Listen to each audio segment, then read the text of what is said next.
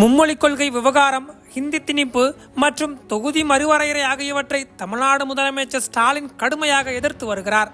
ஆனால் திமுக கூட்டணியில் இருக்கும் காங்கிரஸ் கட்சியோ அது தொடர்பாக வாய் திறக்காமல் இருக்கிறது.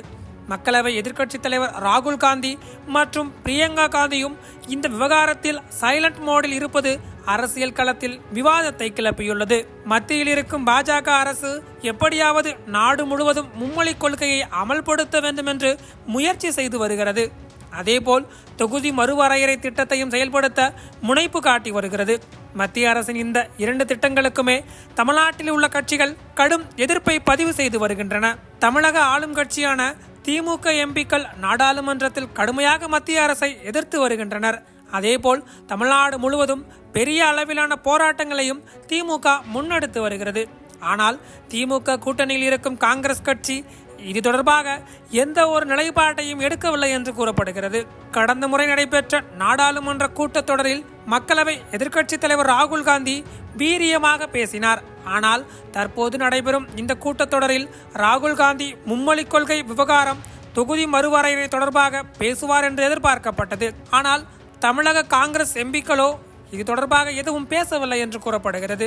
மும்மொழிக் கொள்கை, ஹிந்தி திணிப்பு, தொகுதி மறுவரையறை ஆகியவற்றை தென் மாநிலங்கள் கடுமையாக எதிர்த்தாலும் வட மாநிலங்களில் தீவிரமான எதிர்ப்பு இல்லை.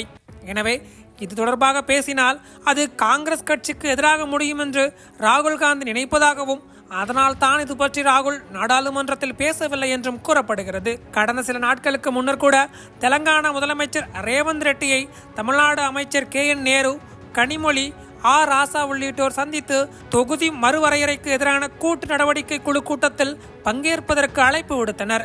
இதனைத் தொடர்ந்து பேசிய ரேவந்த் ரெட்டி, தொகுதி மறுசீரமைப்பை ஏற்க மாட்டோம், முதலமைச்சர் ஸ்டாலினின் அழைப்பை ஏற்கிறேன், கட்சி மேலிட அனுமதி பெற்று பங்கேற்பேன் என்று கூறியிருந்தார். இதனிடையே மேலிட அனுமதி வேண்டுவதாக ரேவந்த் ரெட்டி கூறியது காங்கிரஸ் டெல்லி தலைமை தொகுதி மறுசீரமைப்புக்கு எதிரான கூட்டுக்குழு கூட்டத்தில் பங்கேற்க அனுமதி வழங்காதா என்ற கேள்விகளை சமூக வலைதளங்களில் முன்வைக்கப்பட்டது.